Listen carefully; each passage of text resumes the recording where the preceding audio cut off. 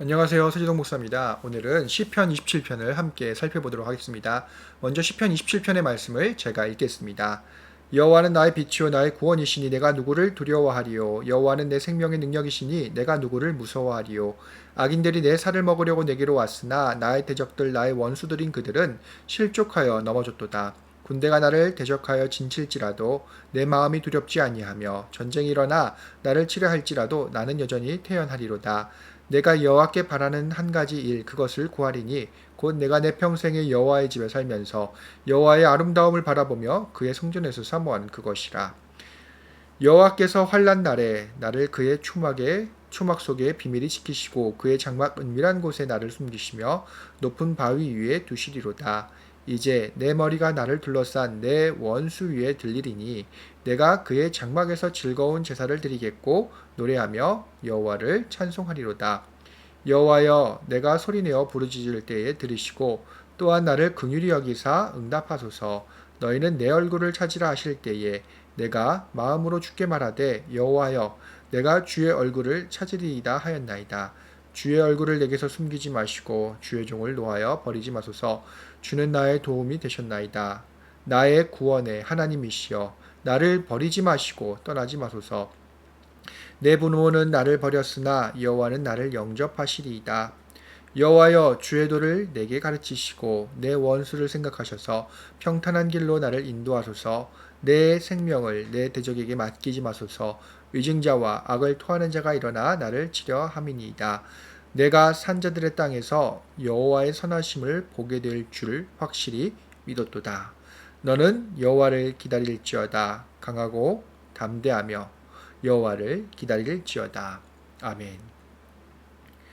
여러분, 이 시편 27편은 신뢰 시라고 이제 표현할 수도 있겠습니다. 그러니까 이제 하나님께 대한 그런 신뢰의 고백들, 그러니까 내가 하나님을 어떻게 생각하고 있는지 기도자죠. 기도자가 어떻게 생각하고 있는지, 내가 어떻게 믿고 있는지를 이 시편 27편은 보여주고 있습니다. 특별히 1절에서 6절을 먼저 살펴보도록 하겠습니다. 여호와는 나의 빛이요 나의 구원이시니 내가 누구를 두려워하리요. 여호와는 내 생명의 능력이시니 내가 누구를 무서워하리요.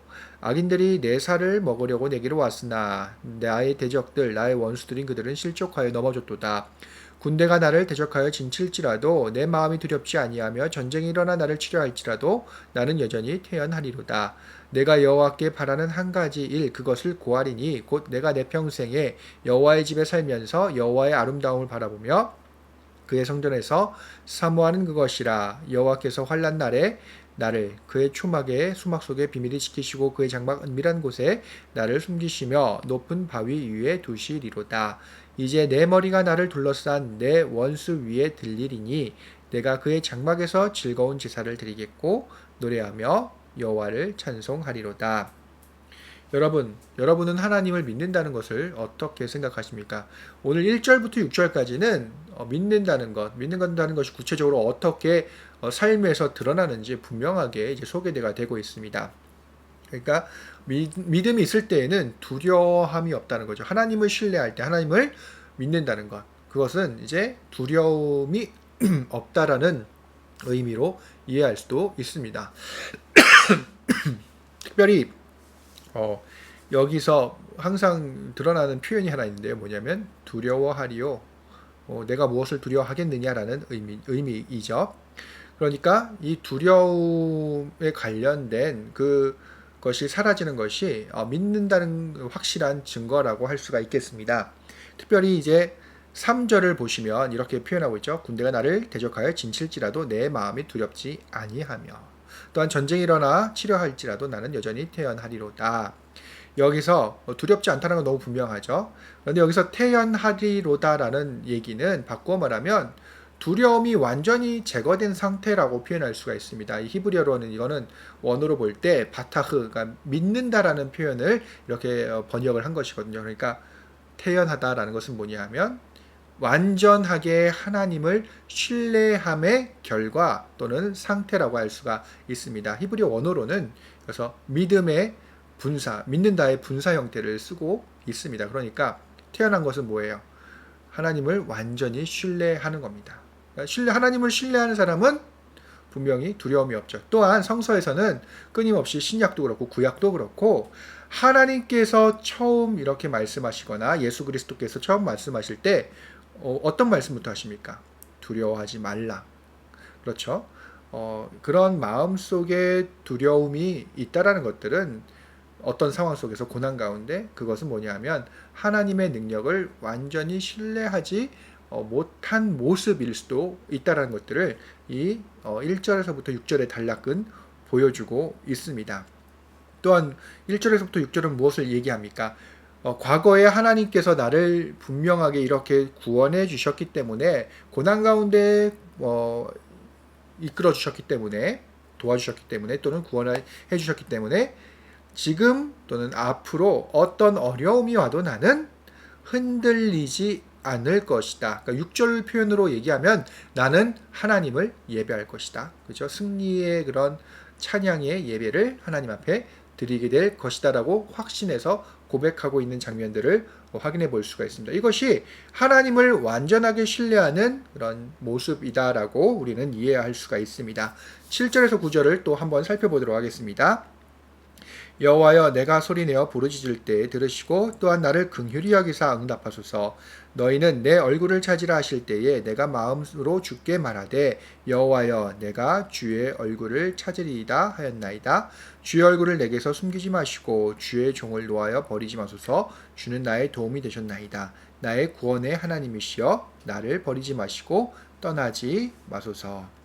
여러분, 이 7절에서 9절까지의 이 단락은 기도의 중요한 그런 특징에 대해서 소개하고 있습니다. 여러분, 기도는 무엇입니까? 하나님과 대화하는 것이라고 얘기할 수 있는데 여기서 보시면 뭐냐면 기도를 이제 넘어서서 기도에 대한 응답을 얘기하고 있습니다. 여러분, 기도에 대한 응답, 하나님께서 응답하시는 것은 하나님의 백성에 지니는 중요한 특권입니다. 그러니까 우리가 기도할 때에 하나님은 분명히 응답하신다는 사실을 이 단락에서 소개하고 있습니다. 8절을 한번 다시 보겠습니다. 너희는 내 얼굴을 찾으라 하실 때에, 그러니까 이 말은 뭡니까? 너희는 하라라는 하나님의 명령이죠. 어떤 상황이든지 어려움에 있든지 어떤 상황에서도 하나님은 분명히 말씀하십니다. 내게 기도해라, 구하라, 찾으라. 그때에 어떻게 합니까? 내가 마음속으로 주께 말했다라고 이제 기도자는 고백하고 있는데요. 이 마음으로 주께 말하되라는 이 표현은 그냥 내가 마음속으로 묵상하듯이 기도한 것들을 의미하지 않습니다. 더 강력한 그런 기도의 형태를 보여주고 있습니다. 특별히 히브리 문화권에선 이 마음이라는 것은, 심장이라는 것은 뭐냐면 모든 사고의 중심입니다. 그러니까 머리가 사고의 중심이 아니라 이 마음이 사고의, 그러니까 모든 사람의 사고와 생명을 관장하는 기관이 그 당시에는 머리가 아니라 이 가슴, 마음이다라고 이제 심장이라고 생각을 했었는데요. 심장으로 말한다는 것은 뭐냐 하면 내 모든 힘을 다해서 하나님을 찾는 그런 기도의 모습을 보여준다라고 할 수 있습니다. 여러분, 어떻게 구해야 하겠습니까? 내 힘을 다해서, 내 전심을 다해서 기도해야 합니다. 하나님께서 분명히 말씀하셨습니다. 기도에 대한 응답은 우리의 특권이다. 그것을 바로 7절부터 9절까지 얘기하고 있고요. 그래서 9절에서도 분명히 이렇게 요청하고 있죠. 얼굴을 숨기지 마시고 응답해 주시고, 주의 종을 놓아 버리지 마시고 응답해 주시고, 나의 도움을 주셨으니 하나님 나를 버리지 마시고 떠나지 마소서. 끊임없이 하나님께 이제 기도에 대한 응답을 이제 구하고 있는 장면을 우리는 확인해 볼 수가 있습니다. 9절에서부터 10절을 제가 한번 또 읽어보도록 하겠습니다. 주의 얼굴을 내게서 숨기지 마시고 주의 종을 놓아여 버리지 마소서. 주는 나의 도움이 되셨나이다. 나의 구원의 하나님이시여 나를 버리지 마시고 떠나지 마소서. 내 부모는 나를 버렸으나 여호와는 나를 영접하시리이다. 여러분, 어떻게 이 표현을 보면 상당히 충격적인 것 같습니다. 내 부모는 나를 버렸지만 여호와는 나를 영접하시리이다.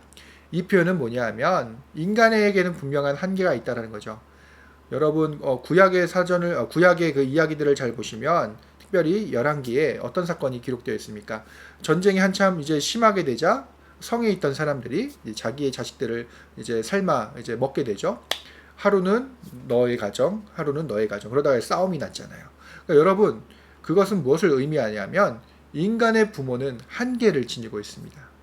어떤 상황에서는 또 이제 변할 수 있다는 인간의 그런 한계점들을 이 10절에서 분명하게 보여주고 있는데, 이것은 인간의 한계를 보여주는 것이 아니라 인간은 이런 한계를 지녔지만 하나님은 그 한계를 넘어선다는 것들을 분명하게 보여주고 있습니다. 하나님은 한계가 없으시다는 분이죠. 변함없이 우리를 사랑해 주시는 분이라는 것을 이 10절은 고백하고 있습니다. 그러니까 인간과 하나님의 그런 질적 차이를 이런 표현을 통해서 보여주고 있다라고 할 수가 있습니다. 이제 마지막으로 13절과 14절을 한번 읽어보겠습니다. 내가 산자들의 땅에서 여호와의 선하심을 보게 될 줄을 확실히 믿었도다. 너희는 여호와를 기다릴지어다. 강하고 담대하며 여호와를 기다릴지어다.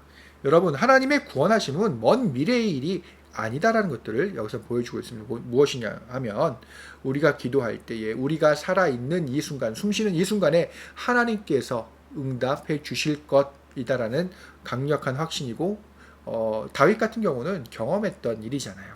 그래서 그 경험을 통해 우리 하나님의 백성들 그리고 후손들에게 교훈으로 가르쳐주고 있는 것입니다. 하나님은 분명히 기도에 대해서 응답해 주실 것이다. 우리가 살아 숨쉬고 있을 때에. 그러니까 마지막 14절은 그래서 당부를 하는 거죠. 공동체에게. 그 하나님을 기다려라.